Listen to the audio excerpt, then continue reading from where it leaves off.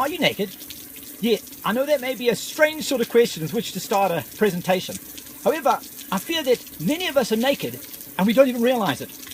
You see, there is something worrying going on in our world and our education system, and I call it the digital version of the emperor's new clothes. The crazy part is that we're all walking around with silicon coating, and we think that we've transformed our education system.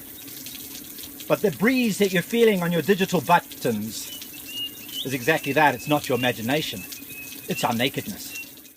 Several years ago, Sir Ken Robinson made a landmark speech from the TED stage. He called on schools and educators to change the way we're teaching, to move away from the production batch mentality, from that old industrial era paradigm, and end that era and move to something new before we lost all our students to the stupor of boredom or to medication. And wonderfully, thousands rallied to the call, and the revolution, it had begun. Soon schools were rolling out technology. Computers, laptops, iPads, smart boards. We were covering ourselves in the technology. And then the bad news story started to roll in. The failed Los Angeles iPad program. Smart boards lying unused, students still stupefied and bored, and research showing that we're making our students more stupid with the use of technology. Yet we wave the flag, Viva la Revolution, when nothing has changed beyond Control-C, Control-V, copy-paste. Herein lies the problem. The reason we are flaunting our digital clothing when we're doing nothing more than draping a flimsy silicon coating over our existing failing system. The problem is that we have just copied what we always did and pasted it into the digital realm. Textbooks became ebooks. Blackboards became smartboards. Teachers became YouTube videos. Nothing's changed. Just because a book is on a digital device doesn't alter the fact that it's still a textbook. Just because a lesson is displayed as a YouTube video doesn't alter the fact that it's still traditional instruction. Why can't we change? Simple. Skeuomorphism. It's a big word with an even bigger impact. It's the single reason why we can't change, or even more dangerously, we think we've changed and we haven't. Most of us have an aversion for new things. That's why technology giants like Apple and Google and Microsoft make use of skeuomorphism. Skeuomorphism is essentially when we keep the form of the old without its function. So for example, when you're using your digital camera, your iPhone camera, to take a photo and it makes that noise like a DSLR camera, it's not really a DSLR camera, it's merely the form of the old. It's like the ebook reader when the pages curl like a real book. It has no function. It reminds us of the old. Skeuomorphism is all about us being made to feel comfortable in a new environment that really has no real value. Technology allows us to break the rules. If we want a new era in education, if we want a revolution, we need to let technology redefine, redesign, and recreate our future. We need to let go of the limits of the past and bravely set off to new boundaries and new horizons. Herein lies the challenge. Paradigm changes are not easy.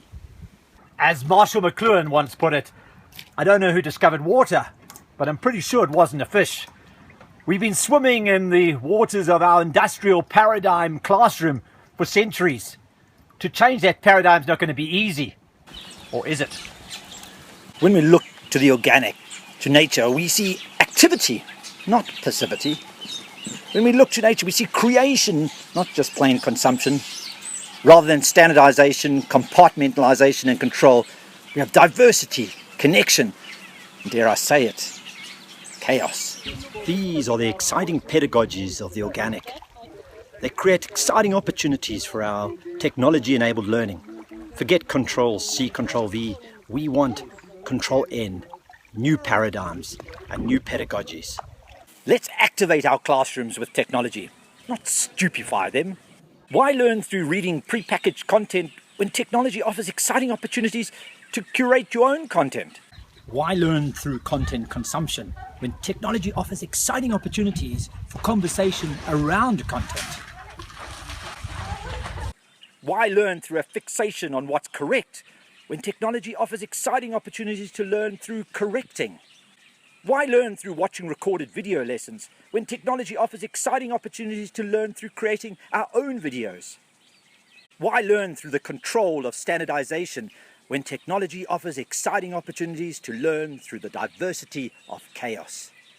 We're standing at the edge of exciting new possibilities.